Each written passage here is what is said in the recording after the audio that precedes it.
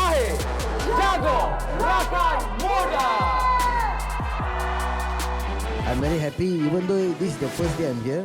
But kita akan tengok siapa dapat 100,000 tu malam ni lah. Tim spirit yang kuat. Tim hijau. Tim hijau!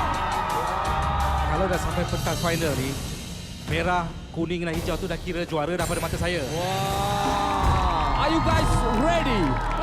Untuk semua bertanding secara sihat dan melakukan yang terbaik. Menang kalah yang tu tak penting. Let's go!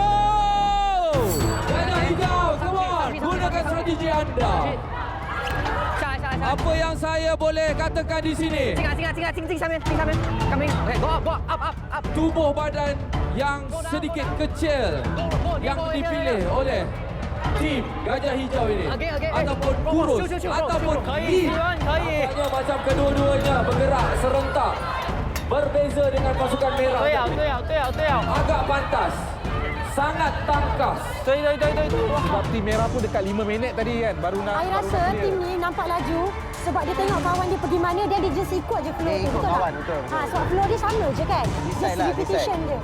Yang tu tak pasti pula. Steven dan Ashwari nampaknya seperti ada masalah di situ. Mungkin komunikasi. Mungkin saiz yang berbeza dekat situ ataupun sebaliknya. Pada awalnya saya nampak macam Ashwari kat belakang, tapi sekarang dekat depan. Sebab tu penting kawan-kawan bagi instruction. Tadi ada Eswari, siapa yang bagi instruction dekat dia salah instruction dia stuck. Sebab ini kena pakai fizikal, mental, kesabaran lah. Cabaran yang seterusnya iaitu flip tire. Setiap tire mempunyai bebanan yang berbeza. Come on. If you boleh buat. You boleh buat. Oh, you boleh.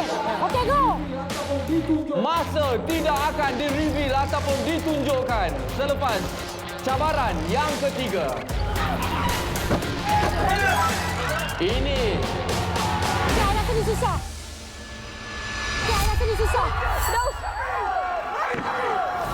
Bermakna kita perlukan elemen suspense.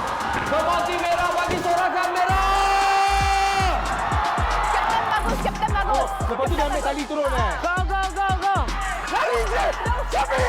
Lari Safi. Tengok dia orang panjat saya, tangan dah basah dah. Okey, dapat tali. Okey, dapat tali. Okey, Fatin, gambar Fatin.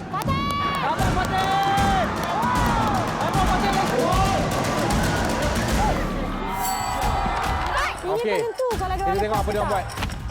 Ini tak boleh. Ketenangan mungkin perlu ada di dalam pasukan ini. Kata tadi tim merah pun lak sebenarnya. Laju kat dia Dia orang macam lain lak lah. juga sebab dia mungkin dia susun kebetulan dapat. Tapi ini bagus lah dia orang nak buka balik. Sebab kalau tak susah. Reset balik lah. Reset balik. Mira. Johnny kat tengah, Hexagon kat tengah. Kesian dia. Kenapa dia orang dah ambil keluar semua?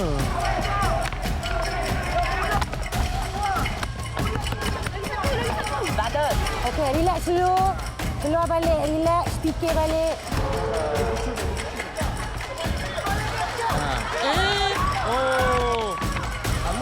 Ada sudut lagi tu kat situ. Honestly saya dah mula risau pasal tim kuning sekarang Ya, dah. saya pun mula risau. Ni. Okey. Pokok merah. Okey. Tak dapat sana. Sabar. Sikit lagi.